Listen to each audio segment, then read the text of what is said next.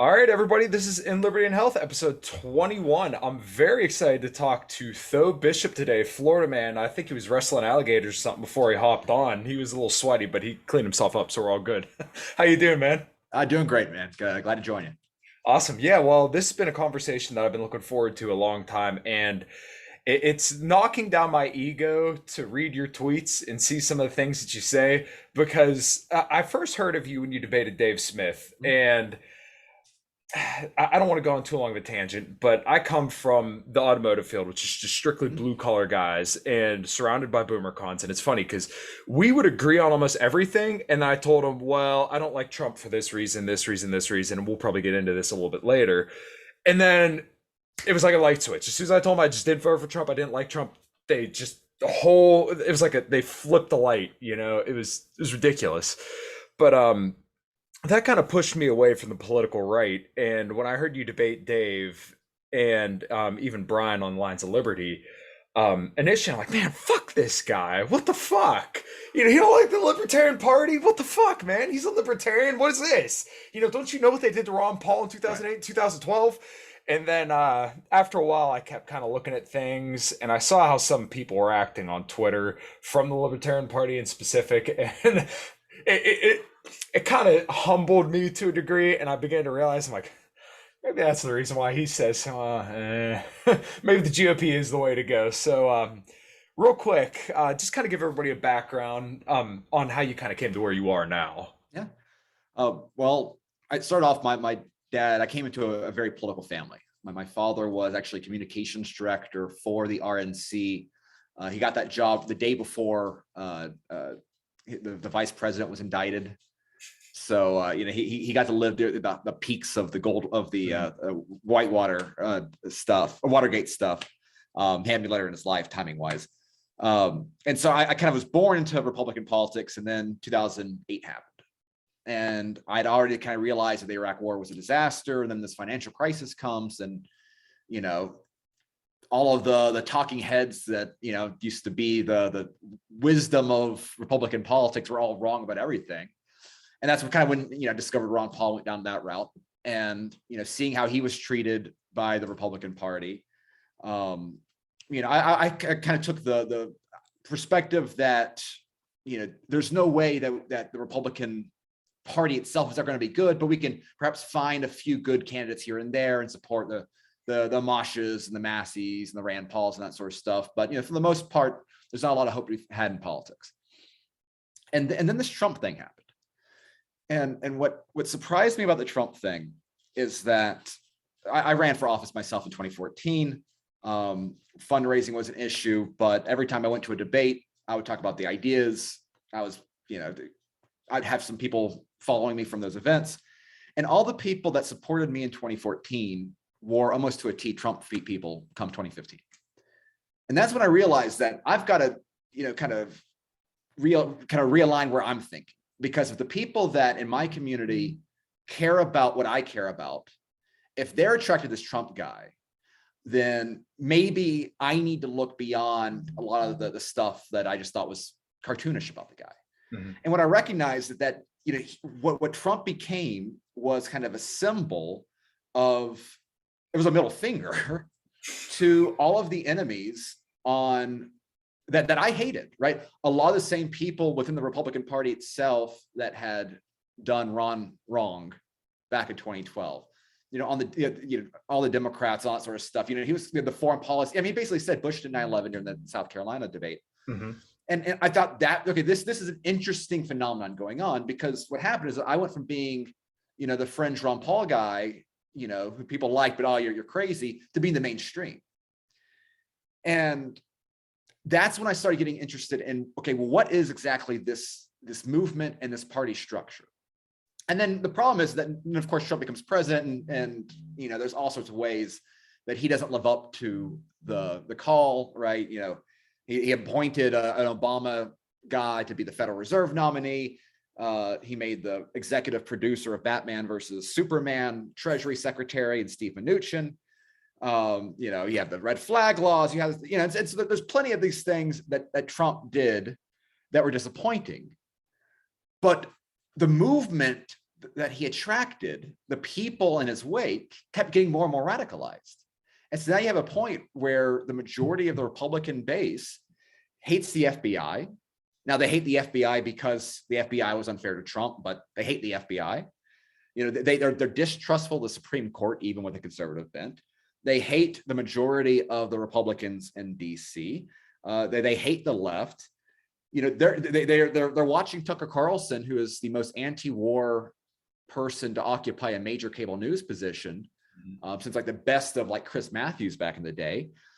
And so you look around and what I think libertarians often make a mistake is that we get so fixated in kind of the objective value of a person, whereas like the Austrian school is all grounded in subjective value, right? The value of a good is not inherent in the good itself, but it is the way that it's perceived by the consumers. And so what I've been trying to push is a message that all of the critiques that anyone may have about Republican politics, about Trump, about all of these things that we as libertarians kind of roll our eyes at, right? We don't need the declaration, we don't need a Pledge of Allegiance to feel that sort of heritage of sort of American liberty, right? Like that's not our version of patriotism. But we have to recognize that a lot of this stuff that may not be our cup of tea, it does matter to people who now feel that they are the enemies of the state. And so if you're interested in politics, politics is not about being right. Politics is about getting as many people to support your cause as possible. And so if we want to do politics, then we must recognize that we must be building our ideas to be relevant to the most amount of people possible. And I would argue that where the greatest number of people that again share our enemies and view themselves as the enemy of the state, it is the it's over 70 million people voted for Trump. Of that, various polls show about 70% believe the election was stolen. That basic math right there goes to 50 million people that believed democracy in this country, that understands that democracy in this country on the federal level is an illegitimate scam now. And now that's even multiplied furthermore, thanks to inflation, thanks to Let's Go Brandon chants, right? Thanks to everything else that's gone worse ever since. And so to me, it's like if we can identify what gives us the best chance to get as many people as possible to take an anti-regime message, this is that is the audience I'm trying to play for, not the 1% that considers themselves, that is really dedicated to that label, the L word. Because to me, the label of the libertarian word is less to me meaningfully than liberty and standing against the regime. So that's kind of my pitch right there. God damn it. No, dude, that was a absolutely phenomenal pitch. I kind of wanted to go with steel manning your argument and kind of sum up how I interpret what you say, but I couldn't think of a better way to do it than you just kind of laid it out there. That was essentially kind of where I was coming from, because the Trump phenomenon is definitely something, but I'm a little torn on this because my personal experience, and my anecdote is not data, is that a lot of these people, they may be radicalized currently, but it's just because it's not their guy in charge, right? Because a lot of these people legitimately think that if Trump was in, there'd be no inflation, there'd be no vaccine mandates. Although Trump did say my vaccine saved 100 million lives, and to the base's credit, they booed him at an Alabama rally. But most of the guys I know personally, and once again, anecdotes, not data, there's probably plenty of other people who have a completely different experience for me. And once again, that's part of the reason why I want to bring you on. These people they're not quite as pro-vax as the left, but they're not quite as on solid ground. And I've heard a lot of libertarians say that the Republican base now is kind of like a herd without a leader. That kind of rings true, because to the ridiculousness that is social media, how they censored Trump, he essentially can't lead them in the right direction. And to Trump's large credit, the one greatest thing that I think he did, and I think you would agree, is sowing the distrust in the general establishment. And I really don't think that there's anyone else who could have did something similar to that. And I think that's probably the biggest takeaway from Trump, is that he did, sow that distrust of the media, of the establishment. But my question is, do we think it's just now because there's a Democrat in charge, Right. or is this an actual principled stance? In my opinion, and you're free to tell me that I'm wrong and convince me because I'm definitely open to hear you out. To me, it doesn't seem like it's a principled stance. It just seems like it's just Joe Biden in charge, and then as soon as Trump's in charge, if he gets in charge again, or whatever terrible Republican they put in, or even a good one, on the bad things they do, they'll never call out them for the bad things, and they'll praise them for the good things, which they should. But the goal should be to criticize them when they're wrong and praise them when they're right, so that way we're going in the right direction. I'm sorry, that was a little bit of a long tangent, but that's kind of my point. Is it a principled objection? No, I don't think it is. And because like very rarely do you get that. Most people Mm-hmm. are not, they have some sort of, again, this is not to be dismissive of them, but like, Sure. they don't think a lot in terms of ideological principles or sort of very, strongly Mm-hmm. invested views, right? Right. Yeah, I agree But, completely, and I'm sorry to cut but you off, but yeah, it's this is something I think a lot of libertarians have trouble with, and myself included here. But a lot of people don't recognize that not everybody sits down and reads Rothbard right. or Mises every night. Politics is a little bit more passive to them, where someone like us or libertarians, especially, we're so hyper focused on it. Whereas we don't have that elevator pitch the same way that maybe Trump or Republican would. So I'm sorry to cut you off, but I just wanted to emphasize that that's a very important point that not a lot of people kind of recognize for what it is. Yeah, and one of the aspects to that too, and because like as libertarians, we take a tremendous amount of pride in the work that we've done to become libertarians, right? Mhm. You don't become a libertarian. Yeah, some people, there's always a few, but like Yeah. for the most part, like it doesn't get you much, right? That label, you embrace it because you're really excited about, I don't care if it's Atlas Shrugged, I don't care if it's Ron Paul, I don't care if it's the marijuana issue, I don't care if it's Ross Ulbricht, whatever. There's usually something that gets you really, really excited to care enough about these philosophical ideas to want to engage in this. And the problem is that your vote counts as much as somebody that is voting for a candidate because Taylor Swift told them to, right? And so that's the problem, is that like, and so that's also why like the last thing you ever want to call a political party is the libertarian political party, because you're immediately making yourself attractive only to the people that are going to actually do the research to figure out where you're standing, like, right? So like that's kind of the issue there. So to the point though about the principled stand aspect, I think one of the really, really neat things, like is there a personality cult around Trump? Absolutely. Is there a percentage of the Republican base right now?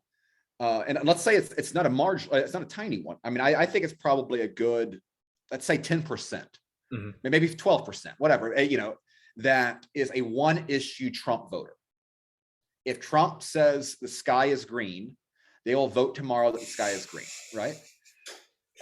Yeah. But and things, a lot of them are not traditional voters, right? So that's kind of, Yeah. it's grown the party. Like there's a value, there's a value in that vote, but it itself is not the monoculture of this sort of current right movement.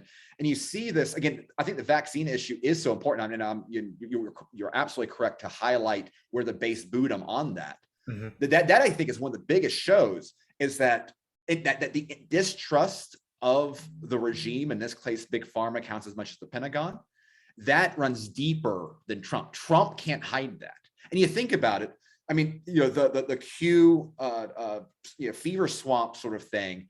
Ultimately, like that was kind of the underlying zeitgeist there, was the degree to which how sinister this thing really is, and they're just kind of hoping that someone's going to solve it. Like their distrust of the system goes deep. I would much rather have a QAnon person who is convinced that we're rolled by satanic pedophiles than a Cato libertarian that thinks they're one white paper away from changing opinion in congressional circles, right? The Q person is closer to the truth than the Cato person, right? And that's again, not to say that but like that sort of energy there, right?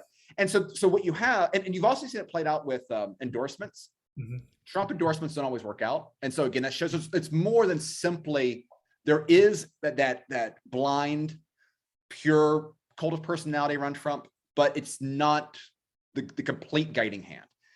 Now, it's still not a principled stand, because, a lot, are there a lot of Republicans that would be defending the current state of things if Trump was in office? Absolutely. Thankfully, he's not, though.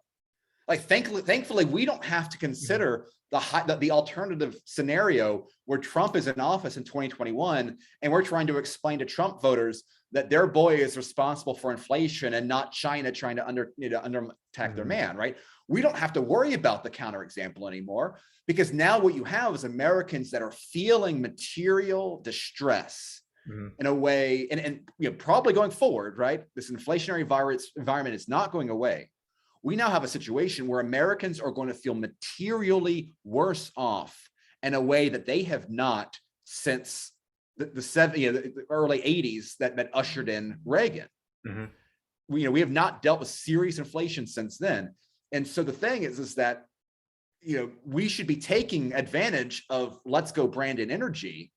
And what we should, instead of trying to relitigate the past and explaining, again, there's a role for this, right? We want to have the people in charge recognize that the consequences of all of this monetary expansion and spending and everything that Trump was really bad at, and Paul Ryan was really bad at, and John Boehner was really bad at, and all these sort of Republicans are really bad at.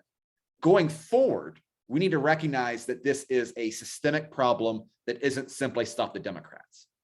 But electorally, all we need is 80 million people to not want Democrats in office in order for those levers of power to be changed. And so the question is, what is going to be the guiding ideology of the next decision-making part of the political apparatus? And I think this is why it's so important for libertarians, particularly Austro-libertarians, to engage with the new right, the populist right, the American conservatives, the Pedro Gonzalez's, the Tucker Carlsons. We need to be coming to them as fellow travelers, as allies, so that we can be having the conversations necessary to be helping to guide where that swing of the political spectrum is going to go. Because while I do not know if we're going to be persuasive enough to get Tucker Carlson to become a Rothbardian and ANCAP overnight, what I do know is that if we do not have libertarians speaking with influence within this right wing that is going to be able to take advantage of the distress and the chaos and the disruption of the Biden years, if we're not in those rooms, then whatever comes out of those rooms is necessarily going to be less libertarian than it would be otherwise. And so again, we have this giant tidal wave of anti-Washington angst because of bad policies from both sides. We need to be trying to figure out what are the ways to funnel it in not only the best outcomes from a libertarian perspective, but also the least disastrous outcomes, because we know there are going to be outcomes. There's going to be consequences politically. And so we can either try to play the game in a meaningful way, or we can try to play the role of critic on the outside. And we might be more right. Like, the critic might be more right than the person in the arena, but there's a whole lot more critics than there are men in the arena. And ultimately, it's the men in the arena that end up dictating, how all this power is wielded. God damn. I'm so upset because I had, I don't want to sound any kind of way, but I had a way that I expected this podcast to go, and a way that I expected you to speak about certain issues and to certain issues. And you've done exceptionally well at opening my mind a little bit more to the GOP route, to the Trump moment. And not that I'm fully on the GOP thing necessarily, but my own ego, it was projecting that, oh, well, it's just, let's take advantage of dumb Trump voters to get them to do, libertarian bidding, which that's kind of there, but it's not that they're dumb. It's just that I'm sorry, but that was kind of my assumption of what was going on here. And like I said, this is a lot of projection and ego on my part for assuming anyone who wants to work with the GOP's motive. I think your case is very, very solid, and a lot more solid than I initially thought. And I've tweeted you this a million times, but as you speak more and more, and I hear your case out more and more, and I see you talk to the libertarians more and more, more open to this idea, and I've been kind of talking to a lot of people about the libertarian and GOP divide, and I kind of want your feeling on this. But in my opinion, if the libertarian route is successful, so let's say the Mises Caucus goes out and Mhm. does what they want to do. So they run Dave Smith 2024, and we're just talking strictly fantasy land, right? They do a bunch of local elections, and they're very successful locally. And we actually kind of see that here in Pennsylvania. Mhm. I know we were tweeting back and forth about it, but over 100 elected libertarians, and some of them really aren't that great of seats, but whatever, Right. it's still Winning something. election, yeah. Right. So this happens all throughout the country, and libertarians are successful, then I feel like that's still a victory even for the GOP Liberty guys, because we have the same goals. But let's say your route and what you want is more successful, and it goes your way, as in the GOP base becomes a lot more Rothbardian, Misesian, a lot more Austrian based. Then the libertarian people win as well. Now, obviously, not the Cato or Reason libertarians Right. like you were Sure. saying earlier, because they don't care about that. Right. Do you think it's a win either way? Because in my opinion, the way I look at it, like I said, we both want the same ends, it's just different means. And the way that I assess it from your perspective is that you think the GOP is a more effective means of doing that. Yeah. And my argument is not the typical, I hate the LP because it swings elections away from the GOP. And I think Mm-hmm. typically, there's a lot of data that shows that really isn't the case. Like the people that come up and vote LP, wouldn't have voted otherwise. And so I'm not trying to, Mm-hmm. it has an optics perspective. For example, like I don't blame like Shane Hazel, for example, for the runoff thing. A lot of Mm-hmm. Georgia Republicans would. And Yeah. unfortunately, truth is what the people believe, that subjective value aspect too. And so like Yeah. and mentally, that's going to be a block for like say, so that Shane Hazel has going to have to dealing with Republicans. I don't think he cares, but like theoretically, right? Mm-hmm. And so my argument about the LP has nothing to do with the spoiler aspect or like, I'm trying to look out the best interest of Republicans. Instead, I think my criticism is simply that if you're going to go through and be a part of a party, the party should provide value to you. And so what you have right now is that, so like, for example, the Mises Caucus is able to provide value for the candidates it endorses. It does it because it's a super PAC, it collects donations, and therefore, if they endorse you running for your city council seat in Pennsylvania, it's doing so knowing that you are a capital L libertarian. It is not a partisan race, so therefore the party issue is less of an issue. And they can and they write you $1,000 campaign check, and $1,000 campaign check means a lot in a city council and a lot of city council races. My perspective is so that's why I think that the Libertarian Party Mises Caucus is the best part of the LP. It's got the best people from the LP. And that's why I don't like Liberty Unity, because I like it making, I like the clear distinction of the LP Mises Caucus, identifying the libertarian capital L's that you should take seriously, Mm-hmm. and those you should not. Because there's anyone that's a capital L libertarian and not in the Mises Caucus, you Yeah. can safely discard them. Yeah, real quick, I wanted to read this tweet because it made me laugh my ass off that you tweeted out. I endorse John Phillips for LP chair. With the degeneracy that he was kind of spewing this in the last couple weeks, because I just got back on Twitter. I've had Twitter for years. But when I see libertarians arguing about, hey, privatize parks, right? Well, what about all the homeless people in the parks right now? Privatize the parks. Right. Like, and I was talking with Pete Quinones about this a couple episodes ago. I look at this the same way when people say, because I'm a health guy too, people say, well, I want to lose weight. And people just say, caloric deficit. They'll just yell at them. Well, yeah, you need that. Right. But the problem is, you're not telling them how to achieve that. So you can tell people privatize the parks all day, but there's no actionable advice there. So when I see you saying, hey, we need to buy Bitcoin, we need to buy gold, and I'm more of a gold guy than I'm a Bitcoin guy, but regardless, you're giving people solutions. It's not just shouting privatize the parks, which it frustrates me when I see people saying stuff like that. It's like, okay, well, we're being taxed right now. These parks are being abused in the public. We have to pay for police anyways. So, I mean, look, we're not going to be in Ancapistan tomorrow. So what is the solution right now? Right.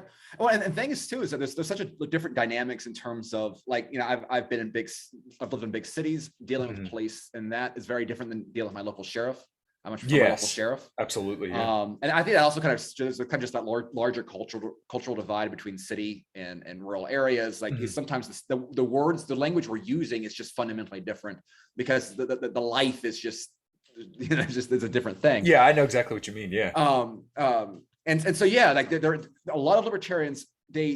Libertarianism to them is less something to be made actionable in our lifetimes as much as it's almost kind of like a mental game that they play and try to figure out the leaps to where like how free markets solve this problem better than the alternative. I mean, that's great. Like, there's a role for that. There's a role for libertarian theory, Yeah. and the problem is that most people doing it on Twitter are not doing it very seriously.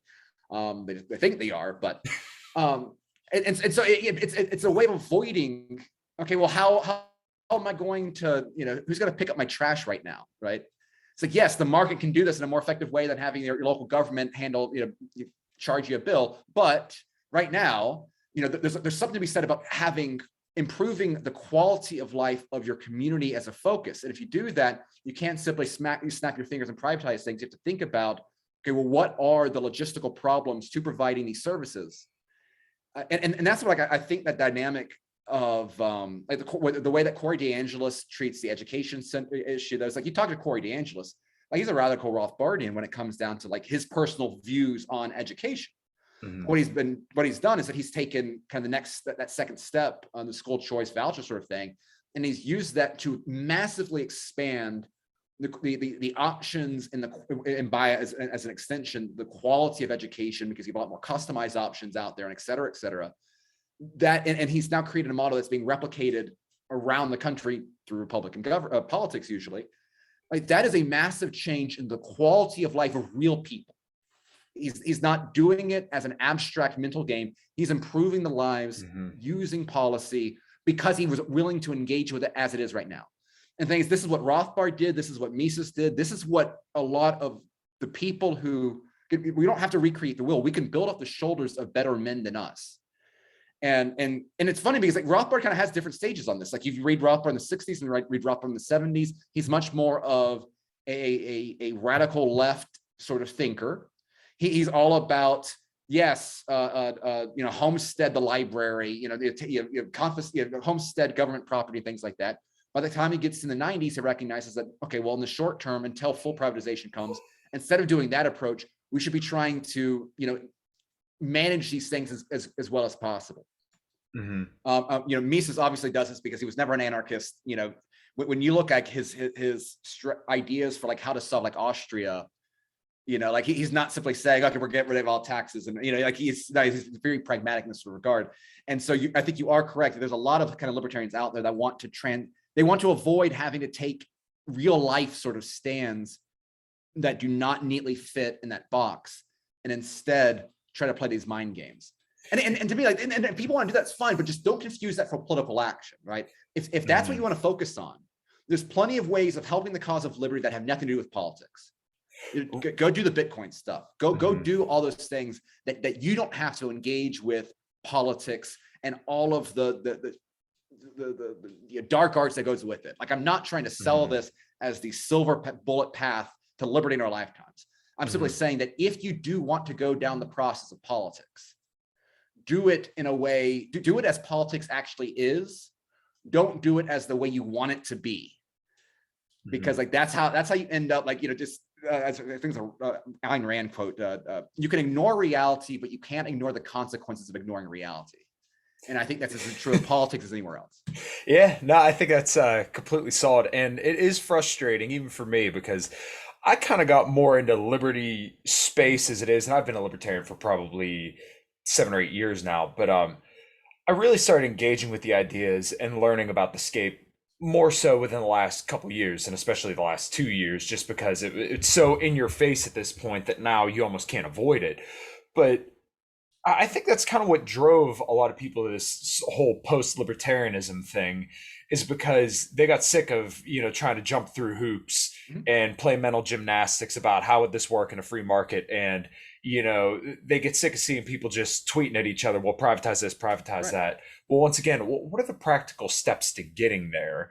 Because we can argue about this all day, but if you're still locked in your house, you're getting nailed to the box cart and sent down the railroads. What good does it to have a 100% on your libertarian consistency card if you never get to live that out? In my life, I've been a freer person than the majority of the world Mm-hmm. because a Trump endorsed Republican beat a Democrat by 33,000 votes in the 2018 election. Mm-hmm. And then this is kind of one of those things that have really radicalized me on this issue because, again, is Ron DeSantis a libertarian? No.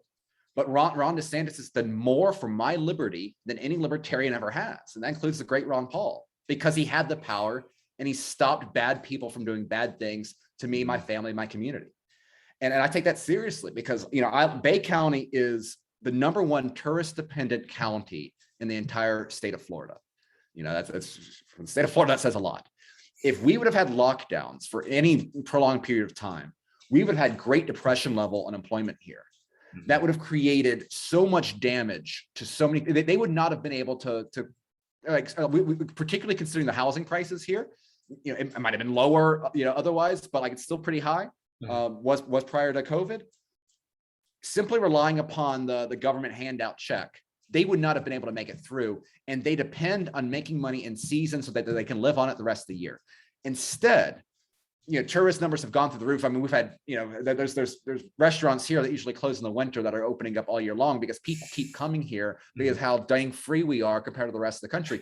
And so, again, my community is materially better off because of one Republican politician who is not a libertarian.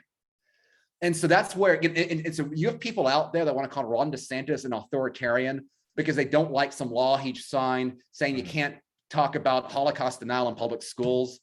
And it's like, screw you. You're not a serious person. You don't care about my liberty at all. You are a threat to my liberty if you pretend that Ron DeSantis is no different than Andrew Gillum and left and right are both bad. Yeah, you know what? And this is another frustrating thing, and I hate to sound like I'm just punching libertarians constantly, but it's the fact that a lot of them don't want to play to the facts on the ground because, look, it is not libertarian at all, and I'm sure every single libertarian agrees that it is not libertarian at all to ban vaccine mandates, right?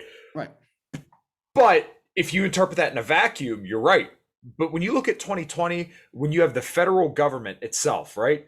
Democrats telling you that you have to mandate this procedure when you have over 100 employees. And I've asked this question over and over and over again. What does that look like when you mandate that? Are police going to business places? Is this like a Gestapo thing where the neighbors telling the neighbors?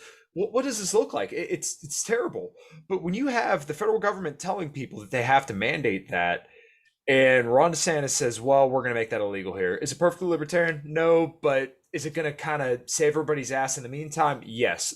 But my only problem with this, and I'm curious on your take on it as well, the problem with trying to solve problems from the state with the state is that what happens if, let's say, Ron DeSantis doesn't get back in? Now, someone who's completely opposite of Ron DeSantis, who's pro-lockdown, pro-vaccine mandates, can easily undo that. That's my only question. Other than that, I agree with you 100%. I don't know the answer to that question. It's a good question. Some of the other aspects within it that should also not be overlooked when we're talking about, this perfect libertarian.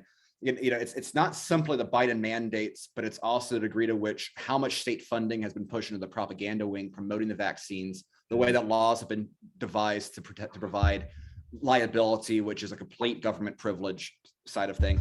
And then another aspect here, and this is why I think it's important, we have to get serious about this sort of privatized tyranny aspect now, is that when we had such a low interest rate environment, historically low interest rates environments lead themselves to corporate consolidation, right? Because governments can borrow cheaper than they could be before. They borrow cheaply to buy up and coming upstarts, right?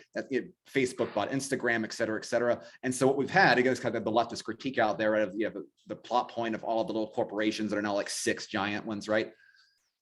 We've never had a more consolidated corporate class than we have right now because we're the products of a decade of insane clown world financial policies. Right. And the government loves these consolidated corporate corporations because they use them as weapons against us. So again, we have to have an answer to that now, and it's not simply private property rights for Disney. To the second point, though, which is the most interesting one, and it's become one of my favorites, because the answer is that you don't lose. Because the problem is this: is that because the concern is okay, we're going to create a weapon, and then we're going to lose the election, and now we're going to give the left this weapon, and that this weapon's very dangerous because we've made it very dangerous, and it's true. The problem is that the left can beat some boring, Republican McCountry Club guy who does nothing like this, and then takes over. And then now they're if they care, if they are ideologically committed, they're going to do whatever the hell they want anyway, right? The legal precedents have done nothing to restrain the left. The Constitution has done nothing to restrain the left. The only thing that restrains the left is the left not being in power. That there's no shortcut to that. There's this typical tendency that's baked into kind of the classical liberal idea, right? That we want to separate the individual from the position because, power corrupts and absolute power corrupts absolutely. And therefore, when we structure our power systems, we must have all these complicated checks and balances to make sure that one man can't rise up. The problem is that, again, these checks and balances don't work. In order to protect your liberty, you need men in power that care about protecting your liberty, and there is no shortcut for that. And so again, if you are governed by tyrannical authoritarians and there is nothing to stop them, then they're going to do what they want, no matter what the predecessor did. And so that's why what we need is a opposition class. Again, I'm not even talking about ideologically. I don't care if you want to take over, Vermont and run a, national socialist state in Vermont with Bernie-style policies, but you are hostile to the regime of Washington, and you're going to engage in rebellion efforts, and you're going to try to keep as much money as you can so you can fund your own single-payer healthcare system, then you're an ally to me. And what we need to be doing is getting allies that oppose the regime in positions of power.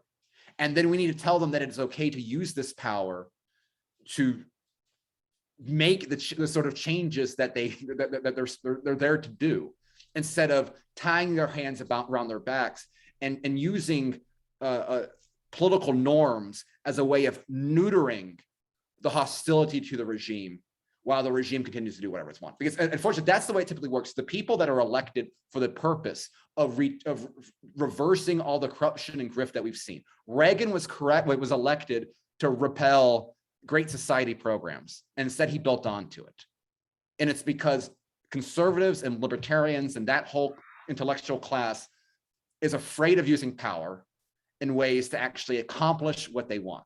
The left has no such problems. And again, this is the interesting thing on the right now, is that you have people recognizing that it's not simply enough. Saving this country is not winning an election, right? Stopping the Biden agenda isn't as simple as Republicans winning in 2022, because if Kevin McCarthy is Speaker of the House in 2023, who the fuck cares? Kevin McCarthy is an impotent little stupid man, and he's going to do nothing to stop the left because he's spent his entire career not doing anything to stop the left. What becomes interesting is when history stops repeating itself, and when the Republicans that actually win and actually start leading stop doing the way that these beautiful losers, to use Sam Francis's term, the way that they've acted in the past. And that's where things get fun. You're doing it's a damn good job selling that kind of thing. I've heard it put in a way like that before, but it's absolutely true. And I kind of tweeted at you a little bit earlier, but the right will not eat their own. The left isn't afraid to use whatever means possible. And not that that's necessarily commendable, but at the same time, you got to kind of recognize it for what it is. This is why the left has been successful, is because they've been ruthless about getting done what they need to get done, even if it means throwing principles to the wind, because clearly they don't care. Well, and the core, and this is why, again, I think it's so important to have libertarians in this movement, is because it is very easy to go off the cliff. And if you're only thinking kind of in this Machiavellian way and power is the only thing that matters, and it is easy to lose sight of the principles. Mhm. And you can't do that, right? We're fighting for a cause. We're fighting for the greatest cause there is. We are fighting for human civilization. Mhm. And if you are attracted to the ideas of the Mises Caucus, then you're attracted to the ideas of Austro-libertarianism. And that means that you are attracted to the ideas necessary for the creation of a prosperous and peaceful civilization. So we have to do what it takes to get those ideas into the mainstream and make them politically relevant. And that process of weaponizing your ideas and making them represented in politics, that is a different discipline than your political theory. And so again, if you read Rothbard, particularly his 90s Rothbard is really where he gets in the strategy, right? He never loses sight of who he is. And this has always been the critique of a lot of libertarians, that they have to destroy Rothbard. They have to depict him as a self-hating Jew. They have to depict him as a racist. They have to depict him as whatever term they want to use, because they are terrified of 90s Rothbard, because 90s Rothbard might be effective. And so and it's like, what we need libertarians not afraid of being called all those names, to learn from Rothbard. Again, look at Mises's experience in Austria prior to, World War II. Guess what? When he was given, when Ludwig von Mises was given the choice of, letting the commies take over Austria, letting the Nazis take over Austria, or helping support the current regime that was fighting both of them, like, he joined the regime. He joined power to stop what he saw as far greater threats. I think that anybody that wants to say that it's unlibertarian to join the GOP because they're the lesser evil, I'm okay with being as libertarian as Ludwig von Mises. Yeah. You know what? Not a bit more. I completely understand that. And I think this is where a lot of people get taken away from the LP as it stands right now. That is, I want to make that abundantly clear, right, because I'm sure you agree that the LPMC is the greatest part of the LP. Right. I mean, you've established that plenty of times, but a lot of the Cato, Reason libertarians, Beltway libertarians, a lot of the libertarians that are in charge of Pennsylvania here, they don't want to shake the apple cart. They want to be respectable. Right. They're not afraid to go for the jugular. And this was something to Trump's credit that he was really good at, was just ruthlessly going after people. And yeah, I mean, when it came to establishing things or getting things done, he was belly up every single time. Right. But the rhetoric and the way that he was able to talk and the way that he was able to encourage people, there's something really, really impressive about that, and something that libertarians would be very, very naive to dismiss as just big dumb orange man, which is essentially what the left does. But they don't understand that it's the populism, the energy of Trump, the way that he speaks and the way that he empathizes with people, even though I don't think necessarily all of it was genuine. He was able to rile that out of people, and that's something that libertarians and most Republicans would be very, very smart to take note of. I wish Trump was as savage in his hiring policies as he was on Twitter, but Trump's biggest issue is that he was way too much of a softie. Mm-hmm. But you're absolutely right, and the beauty of it is that, like, one of my favorite Republicans out there is Matt Gaetz, and does Matt Gaetz have votes I disagree with? Sure, fuck cares. Like, he is. He really is kind of a new generation of this sort of style. He's entertaining. His talk, he traveled to Wyoming, the capital of Wyoming, to bash Liz Cheney in front of the state capitol steps in her own backyard. Well, it's not really her backyard because she lives in Virginia, but theoretically her backyard. Yeah. And what he outlined in that talk was a Republican Party that I want to be a part of. That a Republican Party that's operationally meritocratic, that is opposed to foreign wars. Like, it's great stuff. Mm-hmm. And so, like, those are the sort of people that get me excited. And we're seeing more of those pop up, like the Joe Kents, the Anthony Sabatinis. They're running for Congress. Blake Masters might be the best senator in DC day one. Sorry, Rand, but he's awesome. Mm-hmm. And that's why, like, what kills me is, like, if Dave Smith wants to be a politician, I fully support it. Like, if Dave Smith ran, there was 3 Republicans in New York that voted for the infrastructure bill, and so you have a lot of Republicans upset. If Dave Smith primaried one of those Republicans, in New York. He doesn't have to move. Like for Congress, you just have, like, you know, you have to explain that away, whatever. But like, who cares? Congress is all a national game anyway at this point. If imagine Dave Smith on the House floor, right? Dave Smith would be right at play with a Matt Gaetz style Republican Party, and he could win, and him winning would give, like, you want to talk about, yeah, you know where I want to see Dave Smith speaking that liberty shit, that liberty fire, whatever the phrase is.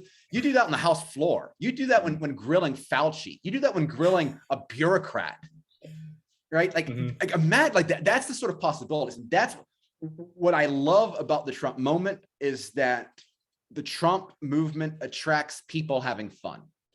And there's nothing more dangerous in politics and more deadly to a regime than people in opposition having fun. And that's why I want everyone to get on this trade, because we're not tired of winning yet. Wow. Yeah, you know what? And that's something I hadn't considered. I heard you say it in a podcast, but there is something to that, and something that even libertarians are missing as well. And this is part of the reason why I started this podcast, is because I wanted to bring culture to libertarianism, where, okay, this is great, you know, all the libertarian theory that there possibly is to know. Okay, what else do you do? Right? I'm a podcast host. I'm an athlete. I'm a mechanic. My dad owns a shop. I play music. Yeah.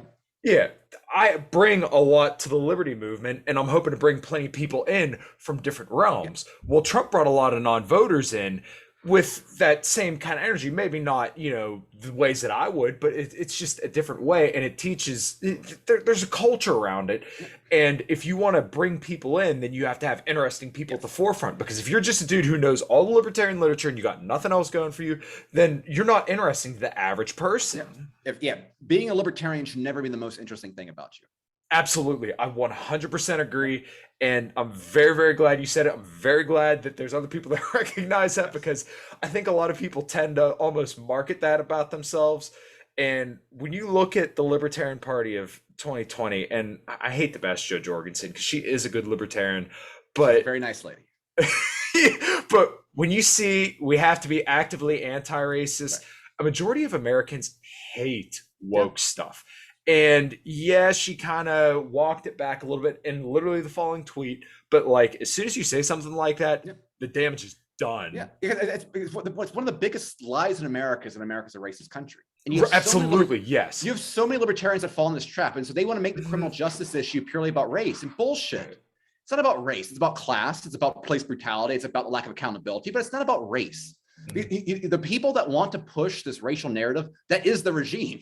I mean, literally, they want to push gay rights and Black Lives Matter, and you see that because that's exactly what they wave outside of the embassy of the Vatican. Yeah, look at their profile pictures every Gay Pride Month. And so, if you think that you're being subversive and a threat to the man because you're really, really anti-racist and you really care about, you know, LGBTQ plus rights, I'm sorry, you are part of the ideology of the prevailing regime. You're not a dissident thinker. Right, you're with every corporation in the country. Yeah, no, that's absolutely true, and it is hilarious to see people who think that they're opposing the regime by saying I'm pro-trans rights. It's like, look, you're just cannon fodder for them. You're a useful idiot. Yeah, you have the same opinion as the CIA. Congratulations. Yeah. All right. Well, I know you're tight on time. Like I said, I need you to stick around for just a couple minutes right afterwards. Tho, go ahead and plug your stuff and we'll get on out of here. Yeah, you can find me at Twitter at Tho Bishop. Got a fun podcast I've been doing, some buddies up here in Panama City, the Redneck Riveira on all major podcast platforms. And then I also got the Rothpod, a radio Rothpod on Mises.org as well. Cool. All right. Well, this was In Liberty and Health, episode 21. Everybody have a good night. Take care. Hold on. I'm such an